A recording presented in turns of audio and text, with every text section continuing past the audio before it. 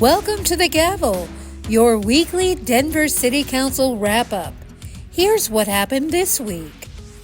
On April 16th, the Finance Committee sent to the full City Council mid-year budget changes and rescissions to support the Border Crisis Response Fund and the Newcomer Program. The city needs about $90 million to support the programs for the year.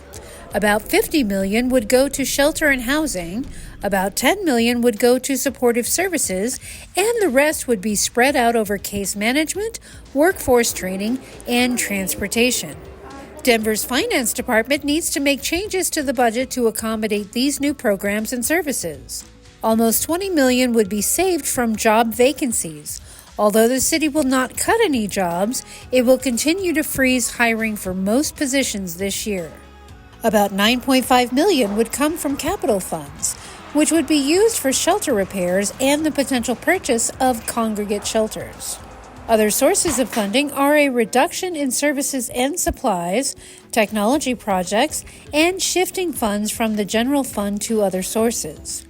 We wanted to make sure we understood some of the things that you were concerned about, some of the things we should think about as we were thinking about reductions and trying to mitigate and preserve. I guess I would argue that these three buckets are the things we tried to preserve as part of this proposal. Denver officials will provide an update on newcomer programs to committee members in the coming weeks. On Wednesday, April 17th, the Safety Committee heard the annual report from the Office of the Independent Monitor. The Independent Monitor is responsible for monitoring complaints, deaths, policies, training, and outreach for Denver's police and sheriff departments. In 2023, there were 391 complaint investigations from the police department. About 2/3 were community complaints and 1/3 were internal complaints. There were 504 inmate and internal complaints for the sheriff's department. The internal complaints saw a 268% increase from the previous year, primarily related to body-worn cameras. To help increase community engagement and positive outcomes, the Independent Monitor held 256 meetings with community members, 34 events with members of law enforcement, and focused more on their youth outreach project. We really want to encourage officers to work with us and to work with kids. And frankly, the officers that do work with us are wonderful and they're great with the kids. And because they volunteer, it's something they want to do as opposed to something they're being told to do. And I think that can make a difference. On April 17th, the Safety Committee also heard the Citizens Oversight Board's annual report. The Oversight Board manages the Office of the Independent Monitor to assess the effectiveness of their work and to make public safety policy recommendations.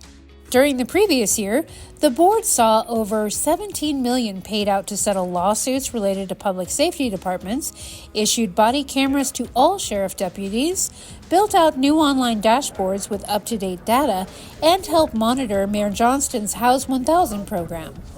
The Oversight Board did cite some concerns with public safety agencies. They want to see changes and improvements in settlements and complaints, police co-response with the STAR team, staffing, body camera procedures, and the disciplinary systems of officers.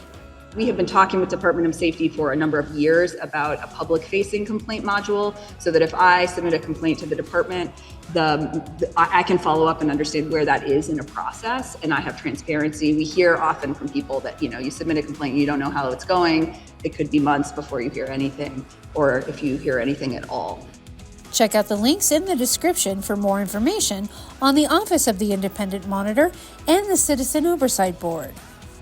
Also this week, on Monday, April 15th, City Council designated the city's newest landmarks, 2323 East Dakota Avenue, as a structure for preservation, and the University Park Historic District as a district for preservation. You can find links to City Council meetings, schedules, agendas, events, and news at denvergov.org/City Council. Denver City Council meets every Monday at 3:30 at the City and County Building Council Chambers, or tune in live on Denver 8 or Zoom. Be sure to follow us on Twitter, Facebook, and YouTube for Denver news, events, and information.